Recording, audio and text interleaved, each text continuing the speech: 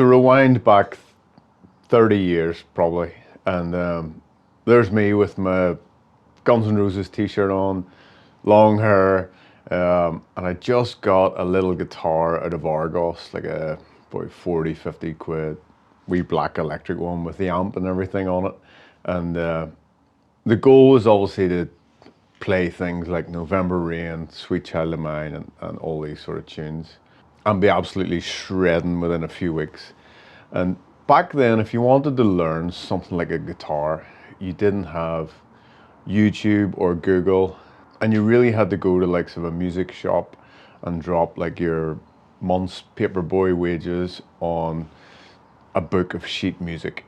So imagine there's me with my birthday money guitar, Appetite for Destruction music sheets, trying to copy Slash and Duff McKagan, and after about 7 to 10 seconds realizing I haven't got an absolute clue what I'm doing here, and then realizing there's things like 2 E strings and then E chords, and oh, it just was an absolute total melt to try and learn and get consistent back in the day.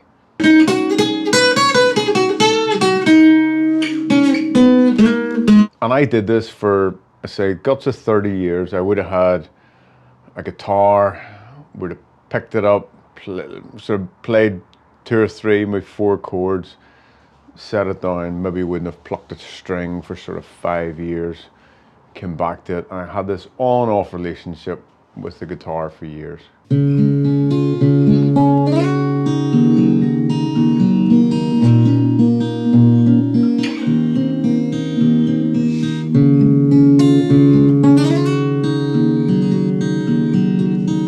So at the end of last year, I said to my older brother, who's an epic guitarist, listen, I'm gonna properly learn to get out of that 3 or 4 chords. I'm gonna learn the guitar properly. So he picked me up a new guitar, got it tuned and everything, couple of £100, Facebook Marketplace. And I asked him the most important question you should ask if you're trying to learn something new and really get good at it.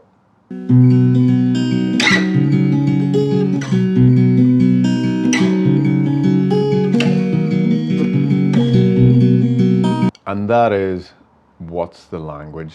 So I was chatting to the brother about this, and I said, listen, if I'm teaching someone strength work, I try and teach them the basic words, the conversational words. It's hip hinge, squat, push, pull, hip rotation, shoulder rotation.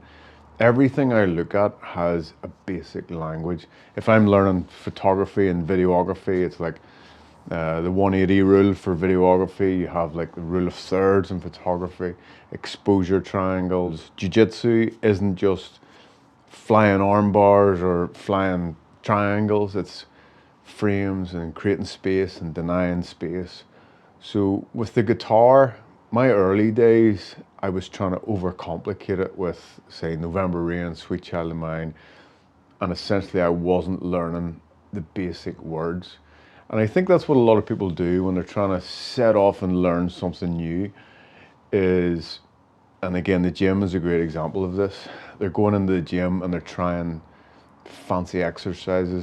And it's just a nice thought concept if you're trying to learn something new. Because a couple of mates have asked me about chess and jiu-jitsu and lifting weights and nutrition, and even things like playing the guitar, because I've put up a couple of videos recently on like Instagram or whatever that I was practicing.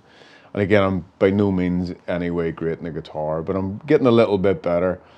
And I'm getting better because I'm thinking about the basic words as opposed to overcomplicating it and trying to just have too much of a fancy language going on. So hopefully that plants a quick seed in the brain. In future videos, I'm going to dive in a little and sort of maybe show you what words I use for each language, whether it is jiu-jitsu or handstands or elbow levers or strength training or fat loss or whatever.